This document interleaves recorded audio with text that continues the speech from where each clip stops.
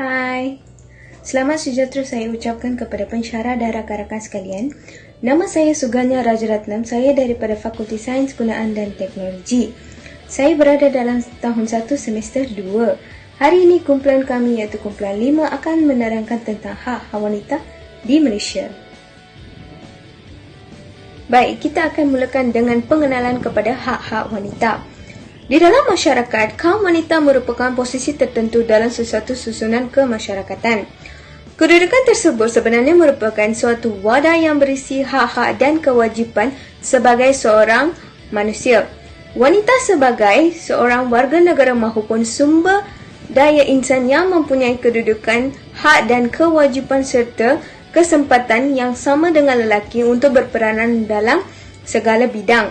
Setiap wanita mempunyai hak-hak khusus yang berkaitan dengan hak asasi manusia yang dilindungi oleh undang-undang.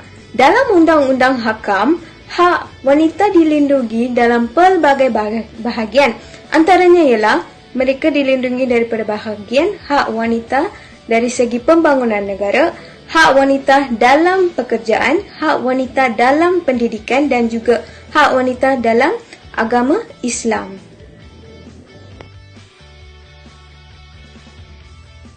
Selamat sejahtera, saya Syalini anak perempuan Raja dan saya ingin menerangkan tentang hak-hak wanita dalam pembangunan negara. Memandangkan kaum wanita berupa potensi sumber pembangunan yang baru mendapat pengiktirafan, maka dasar wanita adalah untuk memberi panduan dan hala tuju dalam segala urusan perancangan dan pelaksanaan program-program pembangunan. Semoga kepentingan dan penyertaan wanita tidak terabai.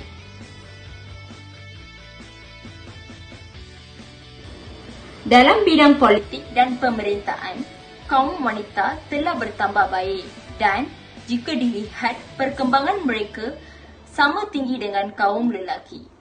Ini dapat dilihat kaum wanita telah diberikan hak untuk mengundi seawal-awal penubuhan negara kita. Pada masa yang sama, wanita boleh memainkan peranan dalam pembangunan negara melalui ideal-ideal yang dikemukakan menerusi penulisan. Ini adalah satu jalan yang terbaik bagi wanita yang terkongkong oleh peraturan serta hukum yang tidak membenarkan mereka bergaul secara bebas. Oleh itu, menerusi penulisan, mereka berpeluang untuk menyampaikan pendapat, komen dan pandangan. Diharapkan ianya akan dapat membantu dalam mentadbir negara.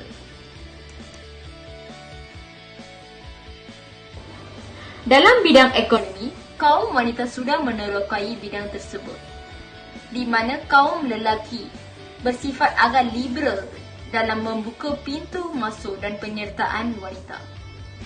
Jumlah wanita yang bekerja di perkhidmatan kerajaan dan swasta semakin meningkat dan begitu juga dalam pengagihan pendapatan.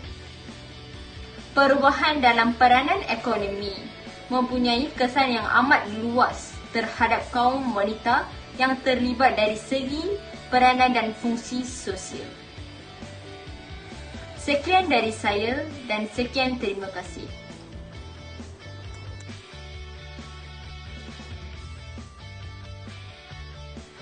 Assalamualaikum, nama saya Nur Atira Binti Zainul. Hari ini saya akan bincangkan hak wanita dalam pekerjaan, iaitu diskriminasi gender yang merujuk pada layanan yang tidak adil diberikan oleh majikan disebabkan perbezaan jantina antara lelaki dan wanita.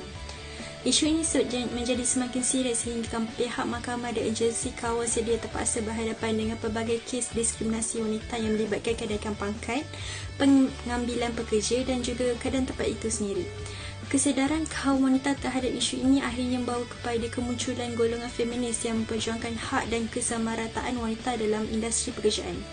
Hari ini saya akan berkongsikan dua bentuk diskriminasi wanita dalam sektor pekerjaan. Yang pertama ialah upah. Diskriminasi upah berdasarkan gender berlaku apabila buruh wanita diberi upah yang lebih rendah berbanding dengan upah yang diberikan kepada buruh lelaki, sedangkan kedua-dua gender ini melakukan pekerjaan sama dengan tahap pendidikan yang sama dan juga pengalaman kerja yang sama.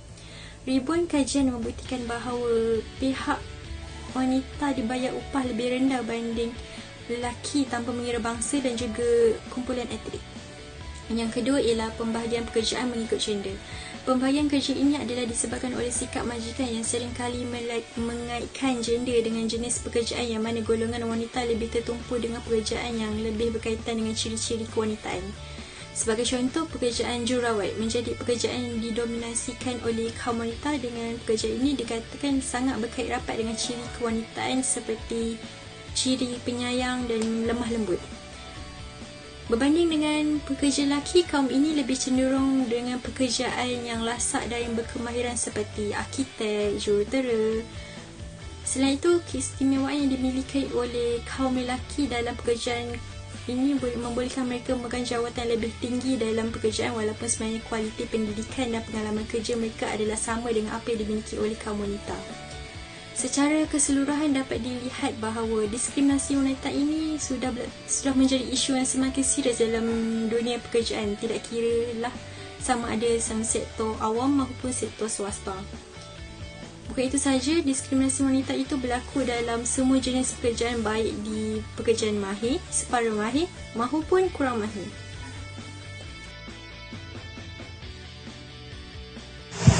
Assalamualaikum warahmatullahi wabarakatuh. Nama saya Nurul Najihah binti Mansur. Hari ini saya akan membicarakan satu subtopik kecil, iaitu hak pendidikan wanita dalam menjaga maruah diri. Wanita harus mengetahui apakah itu sentuhan selamat dan apakah itu sentuhan tidak selamat.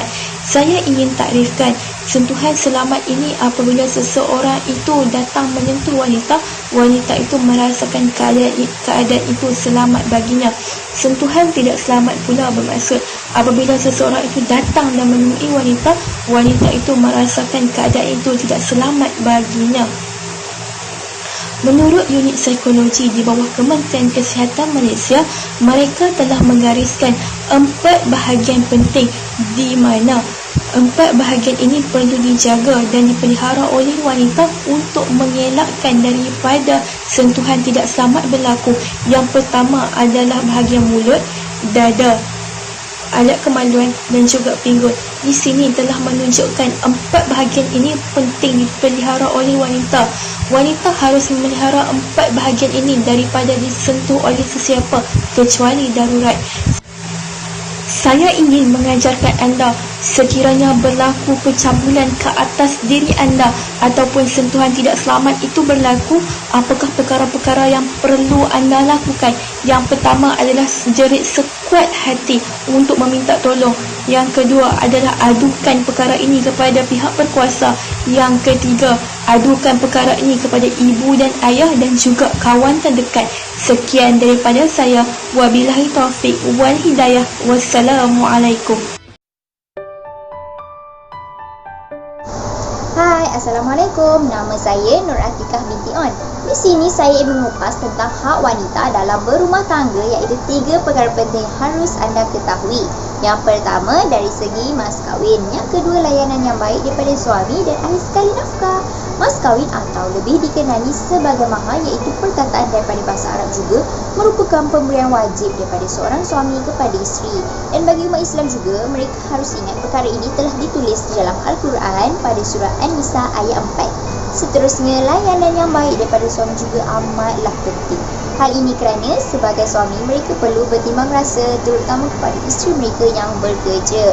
Mereka juga perlu saling bantu-membantu seperti menolong isteri memasak, menguruskan urusan rumah tangga bersama dan menguruskan anak. Akhir sekali, isu nafkah juga dititipkan kepada pasangan yang berkahwin kerana pihak suami perlu menyediakan keperluan asal seperti tempat tinggal, makanan dan pakaian mengikut kemampuan suami. Sekian, terima kasih.